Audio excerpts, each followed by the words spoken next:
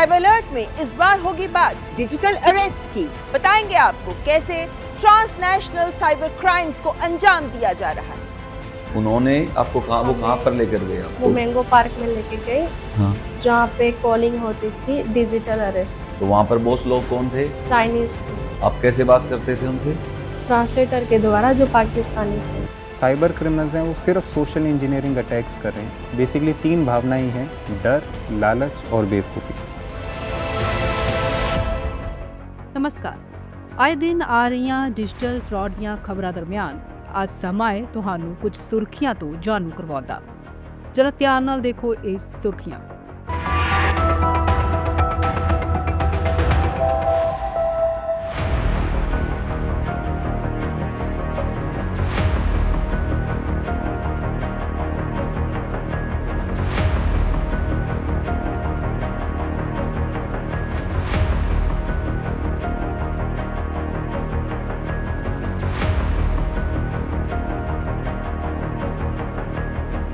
ਇਹ ਸਾਰੀਆਂ ਖਬਰਾਂ ਉਸ ਸਾਈਬਰ ਫਰਾਡ ਨਾਲ ਜੁੜੀਆਂ ਨੇ ਜਿਨ੍ਹਾਂ ਤੋਂ ਅਸੀਂ ਨਾਮ ਨਾਲ ਚੰਗੀ ਤਰ੍ਹਾਂ ਨਾਲ ਵਾਕਿਫ ਹਾਂ। ਪਰੰਤੂ ਅੱਜ ਦੇ ਦੌਰ ਦੀ ਕਠੋਰ ਵਾਸਤਵਿਕਤਾ ਇਹ ਹੈ ਕਿ ਸਾਰੇ ਹੀ ਯਤਨਾਂ ਦੇ ਬਾਵਜੂਦ ਇਹ ਫਰਾਡ, ਜਿਸ ਨੂੰ ਅਸੀਂ ਡਿਜੀਟਲ ਅਰੈਸਟ ਵਜੋਂ ਜਾਣਦੇ ਹਾਂ, ਇਸ ਦੇ ਮਾਮਲੇ ਰੁਕ ਨਹੀਂ ਰਹੇ। ਤਕਰੀਬਨ 1 ਸਾਲ ਪਹਿਲਾਂ ਜਦੋਂ ਅਸੀਂ ਇਹ ਪ੍ਰੋਗਰਾਮ ਸ਼ੁਰੂ ਕੀਤਾ ਸੀ ਤਾਂ ਪਹਿਲੇ ਹੀ ਐਪੀਸੋਡ ਵਿੱਚ ਅਸੀਂ ਡਿਜੀਟਲ ਅਰੈਸਟ ਦਾ ਮੁੱਦਾ ਉਠਾਇਆ ਸੀ। इस फ्रॉड की गंभीरता का अंदाज़ा इस गल तो लगाया जा सकता है कि प्रधानमंत्री ने पिछले साल 4 अक्तूबर को इस नूं लैके देशवासियों को चौकस किया सी। डिजिटल अरेस्ट के नाम पर हो रहे स्कैम से बचने के लिए बहुत जरूरी है हर किसी की जागरूकता, हर नागरिक की जागरूकता। जो लोग भी इस तरह के साइबर फ्रॉड का शिकार होते हैं उन्हें ज्यादा से ज्यादा लोगों को इसके बारे में बताना चाहिए। डिजिटल अरेस्ट यानी कि वीडियो कॉल ते अरेस्ट। गृह मंत्रालय इस साइबर फ्रॉड के 3 कारण दसदा है: लालच, लापरवाही तो डर। डिजिटल अरेस्ट ते तुसी उदों ही फसदे हो जदों तुहानू कोई फर्जी कॉल आउंदी है ते डर जांदे हो। एक अनजान कॉल ते दसे गए झूठे इल्जामां तो डर जांदे हो ते तुसी फस जांदे हो, जबकि ये सब कुछ पहला ही योजनाबद्ध हुंदा है। एक ड्रामा जिस विच तुहानू डराउण लई पूरी स्क्रिप्ट तैयार की जाती है। किवें? चलो एक साइबर अपराधी तो सुनो कि किवें घड़ियां जांदियां ने ये कहानियां जो कंबोडिया विच इन्हां ही स्कैमरां नाल काम करदी सी। आप विदेश गए थे, कौन से देश में गए थे आप? दुबई में गए थे। तो दुबई से फिर आप बाहर गए कहीं किसी और देश में? फेनोम पिन में गए थे। फिनोम पिन में आप किस लिए गए थे? सर वो एजेंट ने जॉब के लिए लगवाया था। और वहीं से फिर एजेंट के थ्रू ही आप कंबोडिया गए। आपको कहाँ पर लेकर गए आपको? वो मैंगो पार्क में लेके गए, हाँ। जहाँ पे कॉलिंग होती थी डिजिटल अरेस्ट की। डिजिटल अरेस्ट की कॉलिंग। तो वहाँ पर बॉस लोग कौन थे? चाइनीज थे। चाइनीज लोग थे। आप कैसे बात करते थे उनसे? ट्रांसलेटर के द्वारा, जो पाकिस्तानी थे। पाकिस्तानी थे। तो आप किस चीज की कॉलिंग करते थे? और टेलीकॉम डिपार्टमेंट, डिजिटल अरेस्ट। फिर वो और लोग थे वो? लाइन 1 में थे 40 लोग, बाकी लाइन 2 में थे सर। अच्छा। और लाइन 3 में भी थे। तो लाइन 2 के जो लोग थे वो क्या कॉलिंग करते थे? वो मुंबई पुलिस द्वारा बात करते थे। मुंबई पुलिस बन के? जी। वो कोई यूनिफॉर्म भी पहनते थे? जी सर, वो यूनिफॉर्म पहनते थे मुंबई का। मुंबई पुलिस की। जी। और लाइन 3 में क्या होता था? लाइन 3 में CBI होते थे सर, जो राहुल गुप्ता बोल के बात करते थे। अच्छा। तो वहाँ पर जैसे आपका कॉल सेंटर था, ऐसे और भी कॉल सेंटर थे? जी, वहाँ पे बहुत सारे कॉल सेंटर हैं, लगभग 10,000 तक कॉल भी लोग हैं। वो कहाँ के हैं वो 10,000 के लगभग आदमी? इंडिया पाकिस्तान के हैं सर। इंडिया और पाकिस्तान के। वहाँ पे जहाँ पे मैंगो पार्क में आपका ये कॉल सेंटर था, उसके आसपास की कोई जगह आप बता पाएंगे हमें? जी सर, स्ट्रेटलम था, ताजमहल होटल था, खान डाउन टाउन भी था। अच्छा, खान डाउन टाउन था, ये उसके आसपास की जगह है। आप देश को कोई मैसेज देना चाहेंगे इस बारे में? जी सर, बताइए। जो भी इंडिया के लोग हैं जो दुबई और कंबोडिया जाते हैं काम की तलाश में, कोई भी एजेंट के द्वारा, फर्जी एजेंट के द्वारा ना जाए, जो बोलते हैं कि वहाँ जाके कोई कॉलिंग में काम करना है, तो ये फर्जी काम होता है, तो इस द्वारा कोई भी ना जाए। ਤੇ ਜੇਕਰ ਤੁਹਾਨੂੰ ਲੱਗਦਾ ਹੈ ਕਿ ਭਾਰਤ ਦੇ ਹੀ ਨੇ ਅਪਰਾਧੀ ਤਾਂ ਜੋ ਤੁਹਾਨੂੰ ਲੁੱਟ ਰਹੇ ਨੇ, ਤਾਂ ਜਾਣ ਲਵੋ ਕਿ ਇਸ ਪੂਰੇ ਨੈਟਵਰਕ ਦੇ ਪਿੱਛੇ ਹੈ ਵਿਦੇਸ਼ੀ ਹੱਥ, ਜੋ ਸਾਈਬਰ ਫਰਾਡ ਰਾਹੀਂ ਭਾਰਤੀਆਂ ਤੋਂ ਕਰੋੜਾਂ ਰੁਪਏ ਲੁੱਟ ਕੇ ਸਾਈਬਰ ਅੱਤਵਾਦ ਫੈਲਾ ਰਿਹਾ ਹੈ। ਇਹ ਹੈ ਟ੍ਰਾਂਸਨੈਸ਼ਨਲ ਆਰਗੇਨਾਈਜ਼ਡ ਸਾਈਬਰ ਕ੍ਰਾਈਮ ਜੋ ਅੰਤਰਰਾਸ਼ਟਰੀ ਸੀਮਾਵਾਂ ਤੋਂ ਪਰੇ ਫੈਲਿਆ ਹੈ। ਚੰਡੀਗੜ੍ਹ ਸਾਈਬਰ ਕ੍ਰਾਈਮ ਪੁਲਿਸ ਨੇ ਇੱਕ ਸੰਗਠਿਤ ਗਰੋਹ ਦਾ ਪਰਦਾਫਾਸ਼ ਕੀਤਾ ਹੈ ਜੋ ਦੱਖਣ ਪੂਰਬੀ ਏਸ਼ੀਆਈ ਦੇਸ਼ਾਂ ਜੈਸੇ ਕੰਬੋਡੀਆ, ਹਾਂਗਕਾਂਗ, ਲਾਓਸ ਤੇ ਮਿਆਂਮਾਰ ਤੋਂ ਸੰਚਾਲਿਤ ਹੋ ਰਹੇ ਨੇ। ਇੱਕ ਅੰਤਰਰਾਸ਼ਟਰੀ ਨੈਟਵਰਕ ਨਾਲ ਜੁੜਿਆ ਹੋਇਆ ਹੈ ਜੋ ਦੇਸ਼ ਦੀ ਡਿਜੀਟਲ ਸੁਰੱਖਿਆ ਲਈ ਇੱਕ ਗੰਭੀਰ ਖਤਰਾ ਹੈ। ਇਸ ਮਾਮਲੇ ਵਿੱਚ 10 ਲੋਕਾਂ ਨੂੰ ਗ੍ਰਿਫਤਾਰ ਵੀ ਕੀਤਾ ਗਿਆ ਹੈ। ਇਹ ਮਾਮਲਾ 11 ਜੁਲਾਈ 2025 ਦਾ ਹੈ ਜਿਸ ਵਿੱਚ ਚੰਡੀਗੜ੍ਹ ਦੀ ਇੱਕ ਬਜ਼ੁਰਗ ਮਹਿਲਾ ਨੂੰ ਇਸ ਫੋਨ ਨੰਬਰ ਤੇ ਇੱਕ ਫਰਜ਼ੀ ਕਾਲ ਆਈ, ਜਿਸ ਤੋਂ ਬਾਅਦ ਇਸ ਨੰਬਰ ਤੋਂ ਇੱਕ WhatsApp ਵੀਡੀਓ ਕਾਲ ਵੀ ਕੀਤੀ ਗਈ। ਕਾਲ ਕਰਨ ਵਾਲੇ ਵਿਅਕਤੀ ਨੇ ਖੁਦ ਨੂੰ ਸੁਨੀਲ ਨਾਮ ਦਾ ਇੱਕ ਫਰਜ਼ੀ CBI ਅਧਿਕਾਰੀ ਦੱਸ ਰਿਹਾ ਸੀ ਤੇ ਫਿਰ ਝੂਠਾ ਦਾਅਵਾ ਕੀਤਾ ਗਿਆ ਕਿ ਉਹਨਾਂ ਦੇ ਆਧਾਰ ਕਾਰਡ ਨਾਲ ਇੱਕ ਮੋਬਾਈਲ ICICI ਬੈਂਕ ਦਾ ਖਾਤਾ ਖੋਲ੍ਹਿਆ ਗਿਆ ਜੋ ਮਨੀ ਲਾਂਡਰਿੰਗ ਦੇ ਮਾਮਲੇ ਵਿੱਚ ਸ਼ਾਮਲ ਹੈ। ਭਰੋਸਾ ਦਿਵਾਉਣ ਲਈ ਸਰਕਾਰੀ ਸਟੈਂਪ ਵਾਲੇ ਫਰਜ਼ੀ ਦਸਤਾਵੇਜ਼, ਨਕਲੀ ਬੈਂਕ ਪਾਸਬੁੱਕ ਵੀ WhatsApp ਤੇ ਭੇਜੀ ਗਈ।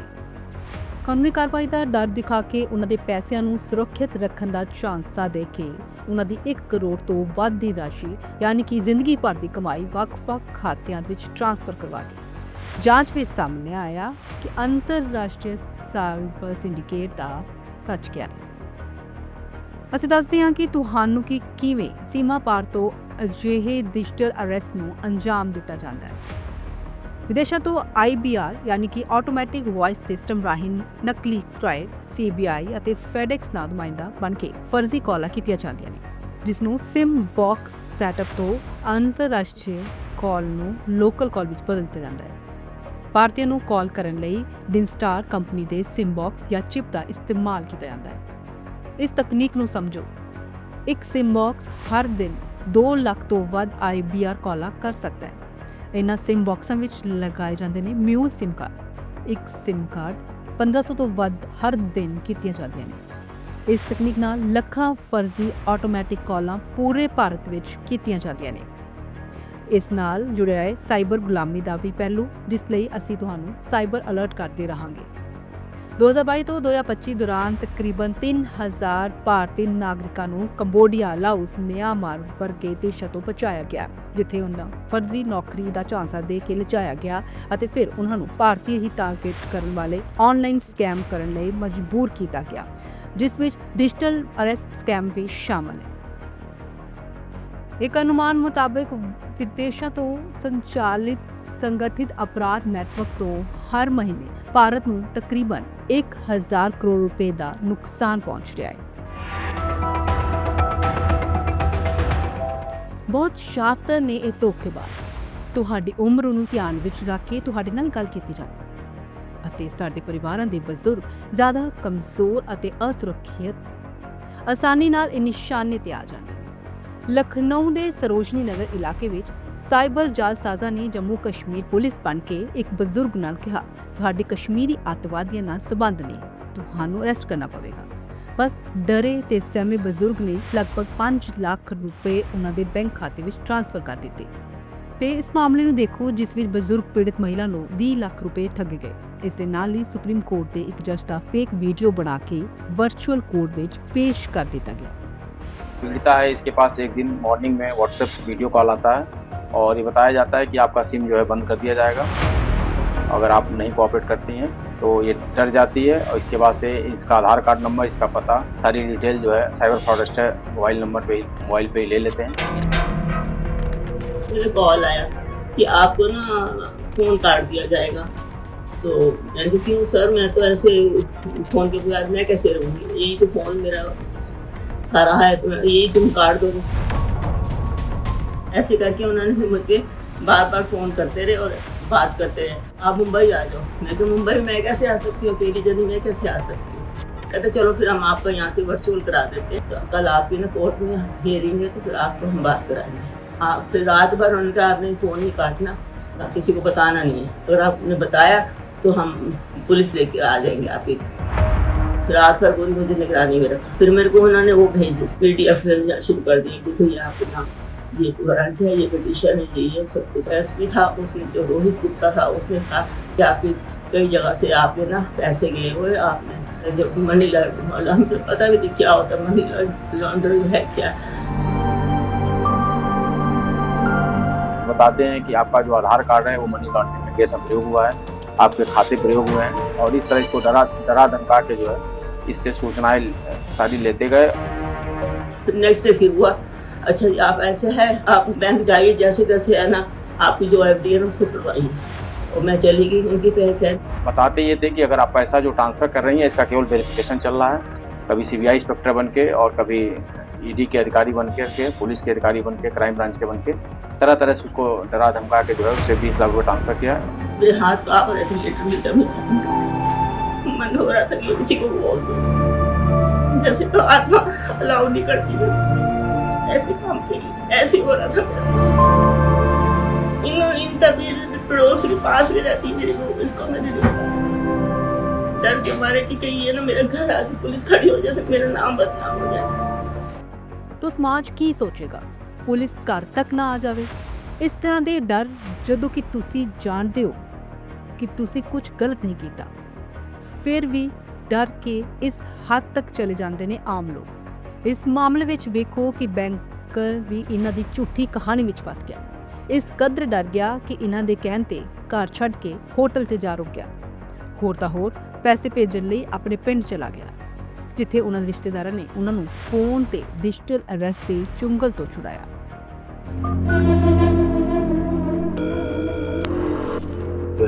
कॉल आया था, बोला मैं ट्राई से बोल रहा हूँ, आपका मोबाइल नंबर बंद हो जाएगा 2 घंटे में। और उसके बाद उसने वीडियो कॉल शुरू कर दिया और उसके बाद बोला कि आपके आधार से 2-3 सिम कनेक्टेड है, जिससे वल्गर मैसेज, सेक्सुअल हैरेसमेंट ये सब का मैसेज जा रहा है, और आपका मनी लॉन्ड्रिंग केस में भी नाम है, और आपके अगेंस्ट में CBI इंक्वायरी चल रही है और पुलिस आपको अरेस्ट करने जा रही है, इसलिए आप घर छोड़ के कहीं होटल में जाकर रुको। लेकिन मैंने उससे क्वेश्चन किया कि भाई मैं तो कुछ किया ही नहीं, मेरे पास क्यों आएगी पुलिस। खौफ इतना पैदा कर दिया था कि आप नहीं बात मानोगे तो हम आपकी फैमिली, बच्चे सबको भी अरेस्ट कर लेंगे। तो मैं उसकी बात मानते हुए घर से निकल गया और जाकर मैं होटल में रहा, और उसके बाद उसने मेरे से जैसे जैसे वो 11-12 घंटे तक पूरी, मतलब उसके बाद कंटिन्यूस वीडियो कॉल आती है हमारी। उसने बोला कि आप घर नहीं जा सकते, आप अपने RBI से एक खाता नंबर आपको दिया जाएगा, आप उसमें पैसा ट्रांसफ़र करो। उनके फ़ोन का यूज़ पोर्नोग्राफिक मटीरियल भेजने के लिए किया जा रहा था, ये डर दिखाकर कि आपको अरेस्ट कर लिया जाएगा अगर आप हमारे से किसी भी तरीके का संपर्क तोड़ते हैं। उनसे लगभग 5 लाख रुपए ठग लिए गए। फिर उसने बोला कि आप गाँव जाओ। इन बिटवीन मैं उसको कितने बार बोला कि मुझे अपनी फैमिली, भाई वगैरह से बात करने दो, वो बात करने के लिए साफ मना कर दिया कि आप किसी से बात नहीं कर सकते हैं। उसके बाद नई दिल्ली गया, वहाँ से ट्रेन पकड़ के मैं अपने गांव चला गया, लेकिन गांव से पैसा निकलता नहीं। तो फिर मैं वहाँ के गांव के जो हमारे चाचा वगैरह थे, तो उन्होंने मेरा फ़ोन ले लिया। उसके बाद ये कहानी बंद हो गई। ਵਾਸਤਵ ਵਿੱਚ ਜੇਕਰ ਤੁਹਾਨੂੰ ਕਾਨੂੰਨ ਜਾਂ ਕਾਨੂੰਨੀ ਸੰਸਥਾਵਾਂ ਦੀ ਜ਼ਿਆਦਾ ਜਾਣਕਾਰੀ ਨਹੀਂ ਹੈ ਤਾਂ ਐਸੇ ਵਿੱਚ ਅਗਿਆਨਤਾ ਦਾ ਫਾਇਦਾ ਉਠਾਉਂਦੇ ਨੇ ਸਾਈਬਰ ਅਪਰਾਧੀ। ਨਾਗਰਿਕ ਦੇ ਤੌਰ ਤੇ ਤੁਹਾਡੇ ਵੀ ਅਧਿਕਾਰ ਨੇ, ਕੋਈ ਵੀ ਵਿਅਕਤੀ ਐਵੇਂ ਹੀ ਤੁਹਾਨੂੰ ਗ੍ਰਿਫਤਾਰ नहीं कर सकता। जहाँ तक डिजिटल अरेस्ट का सवाल है, डिजिटल अरेस्ट के लिए 3-4 बहुत अहम प्रोविज़न हैं, जैसे कि सेक्शन 66C है IT एक्ट का। उसमें बताया गया है कि कैसे ये एक फ्रॉड है ना, तो उस फ्रॉड की संज्ञा में उस डिजिटल अरेस्ट भी आता है। 66D में उसके पनिशमेंट की बात की गई है। फिर इसका अल्टीमेट ऑब्जेक्टिव क्या है? इसका अल्टीमेट ऑब्जेक्टिव है आपको ब्लैकमेल करना, आपसे पैसा एक्सट्रैक्ट करना। तो जो नया कानून आया है उसकी 308 धारा है, वो एक्सटॉर्शन को डिफाइन करती है। 316 BNS की धारा है जिसमें चीटिंग का संज्ञान लिया जाएगा। डिजिटल अरेस्ट को स्पेसिफिक कोई प्रोविज़न नहीं है, लेकिन इन प्रोविज़न के माध्यम से जो अभियुक्त है उनको सख्त सज़ा का प्रावधान है। तो डर के इस धोखे का शिकार ना बनो। जेकर कोई तुहानू कॉल करके झूठे इल्ज़ाम लगाए, डराए तो अलर्ट हो जाओ। ਜਾਂਚ ਏਜੰਸੀਆਂ ਦੇ ਨਾਂ ਤੇ ਵੀਡੀਓ ਕਾਲ ਕਰਕੇ ਜੇਕਰ ਕਹੇ ਕਿ CBI ED ਦੇ ਵਾਰੰਟ ਨੇ ਤਾਂ ਅਲਰਟ ਹੋ ਜਾਓ। ਜੇਕਰ ਡਰਾ ਕੇ ਕੋਈ ਨਿੱਜੀ ਬੈਂਕ ਸੰਬੰਧੀ ਜਾਣਕਾਰੀ ਮੰਗੇ ਤਾਂ ਅਲਰਟ ਹੋ ਜਾਓ। ਇਹ ਸੱਚਾਈ ਤੁਸੀਂ ਸਾਰਿਆਂ ਨੂੰ ਦੱਸੋ ਕਿ ਅਸਲੀ ਪੁਲਿਸ ਜਾਂ ਜਾਂਚ ਏਜੰਸੀ ਜਿਵੇਂ police, CBI, RBI, CID, narcotics ਵਿਭਾਗ, ਕਸਟਮ ਵਿਭਾਗ, ED ਇਹ ਏਜੰਸੀਆਂ ਫੋਨ ਤੇ, WhatsApp ਤੇ ਜਾਂ ਵੀਡੀਓ ਕਾਲ ਤੇ ਪੁੱਛਗਿੱਛ ਨਹੀਂ ਕਰਦੀਆਂ। ਨਾ ਹੀ ਇਹ WhatsApp ਜਾਂ ਟੈਲੀਗ੍ਰਾਮ ਤੇ ਨੋਟਿਸ ਜਾਂ ਸੰਮਨ ਦਿੰਦੀਆਂ ਨੇ।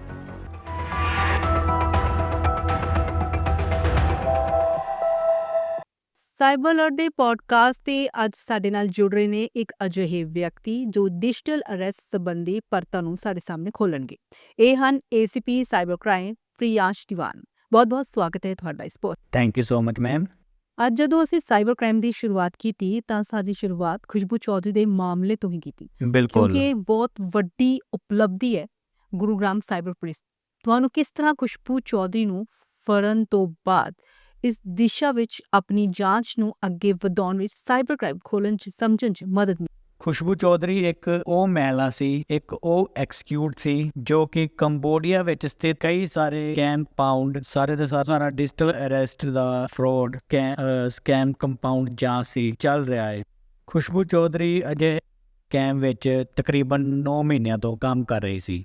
ਤੇ ਉਹਨਾਂ 9 ਮਹੀਨਿਆਂ ਵਿੱਚ ਜੋ ਉਹਨਾਂ ਨੇ ਉੱਥੇ ਕੰਮ ਕੀਤਾ, ਜੋ ਵੀ ਸਾਹਮਣੇ ਇੰਟਰੋਗੇਸ਼ਨ ਤੇ ਜਿਹੜੀ ਗੱਲਬਾਤ ਆਈ, ਉਹ ਆਪਣੇ ਆਪ ਵਿੱਚ ਇੱਕ ਵੱਡੀ ਰੈਵੋਲੂਸ਼ਨ ਹੈ। ਕਿਵੇਂ ਤੁਸੀਂ ਕਦਮ ਅੱਗੇ ਵਧ ਪਾਏ ਹੋ ਜਾਂ ਕਈ ਕਦਮ ਅੱਗੇ ਵਧੇ ਹੋ ਖੁਸ਼ਬੂ ਚੌਧਰੀ ਦੇ ਮਾਮਲੇ ਦੇ ਖੁਲਾਸੇ ਵਿੱਚ? ਦੇਖੋ, ਡਿਜੀਟਲ ਅਰੈਸਟ ਫਰਾਡ ਕੀ ਹੈ? ਜੋ ਵੀ ਸਾਡੇ IP ਐਡਰੈਸਿਸ ਆ ਰਹੇ, ਜੋ ਵੀ ਟੈਕਨੀਕਲ ਇਨਵੈਸਟੀਗੇਸ਼ਨ 'ਚ ਜੋ ਡਿਜੀਟਲ ਐਵੀਡੈਂਸਿਸ ਆ ਰਹੇ ਨੇ, ਉਸ ਤੋਂ ਇਹ ਤਾਂ ਪਤਾ ਲੱਗਦਾ ਹੈ ਕਿ ਸਾਰਾ ਦਾ ਸਾਰਾ ਫਰਾਡ ਕੰਬੋਡੀਆ, ਲਾਓਸ, ਵੀਅਤਨਾਮ ਤੇ ਦੁਬਈ ਅਤੇ ਜਿਵੇਂ ਕਈ ਦੇਸ਼ ਤੇ ਸ਼ਹਿਰਾਂ ਦੇ ਥਰੂ ਚੱਲਣ, ਜਿੱਥੇ ਆਰਗੇਨਾਈਜ਼ਡ ਕਾਲ ਸੈਂਟਰ ਨੇ ਜੋ ਕਿ ਬਹੁਤ ਹੀ ਪ੍ਰੋਫੈਸ਼ਨਲ ਤਰੀਕੇ ਦੇ ਨਾਲ ਕਾਲ ਸੈਂਟਰ ਆਪਰੇਟ ਕਰਦੇ ਨੇ। ਤੇ ਇਸ ਵਿੱਚ ਡਿਜੀਟਲ ਅਰੈਸਟ ਵਰਗੇ ਹੀ ਸਾਰੇ ਸਕੈਮ ਨੇ। ਦੇਖੋ, ਅੱਜ ਦਾ ਜਿਹੜਾ ਕ੍ਰਾਈਮ ਹੈ ਉਹ ਟ੍ਰਾਂਸਨੇਸ਼ਨ ਕ੍ਰਾਈਮ ਬਣਦਾ ਜਾ ਰਿਹਾ ਹੈ। ਡਿਜੀਟਲ ਅਰੈਸਟ ਤੋਂ ਇਲਾਵਾ investment fraud, part time jobs fraud, micro loan ਦੇ ਜਿਹੜੇ ਤੁਹਾਡੇ ਫਰਾਡ ਨੇ, ਇਹ ਵੀ ਜਿਹੜੇ ਸਾਰੇ ਦੇ ਸਾਰੇ ਕਰਨ ਵਾਲੇ ਨੇ, ਜੋ ਕਿ ਅਸੀਂ ਕਹਿੰਦੇ ਆ ਕਿ ਚਾਈਨੀਜ਼ ਕ੍ਰਾਈਮਸਟਰ ਨੇ, ਉਹਨਾਂ ਦੇ ਥਰੂ, ਇਹਨਾਂ ਕੰਪਾਊਂਡ ਦੇ ਥਰੂ ਹੋ ਪਾ ਰਿਹਾ। ਜੋ ਵੀ ਇਸ ਦੇ ਮਾਸਟਰਮਾਈਂਡ ਨੇ, ਜੋ ਵੀ ਚਾਈਨੀਜ਼ ਕ੍ਰਾਈਮਸਟਰ ਨੇ, ਉਹ ਸਾਰੇ ਦੇ ਸਾਰੇ ਟ੍ਰੈਂਡਾਈਨ ਨੂੰ ਪ੍ਰੋਡਕਟ ਦਾ ਨਾਮ ਦਿੰਦੇ ਨੇ, ਪ੍ਰੋਡਕਟਸ। ਸੋ ਜੇਕਰ ਤੁਹਾਨੂੰ ਲੱਗਦਾ ਹੈ ਕਿ digital arrest fraud, investments based fraud, ਜੋ ਪਾਰਟ ਟਾਈਮ ਜੌਬ ਫਰਾਡ, ਜੋ ਕਿ ਗੇਮਿੰਗ ਫਰਾਡ ਹੈ, ਜੋ ਇੱਕ ਮਾਈਕਰੋ ਲੋਨ ਫਰਾਡ ਹੈ, ਸਾਰਿਆਂ ਦੇ ਰਚੇਤਾ ਹੀ ਵਿਅਕਤੀ ਹੈ।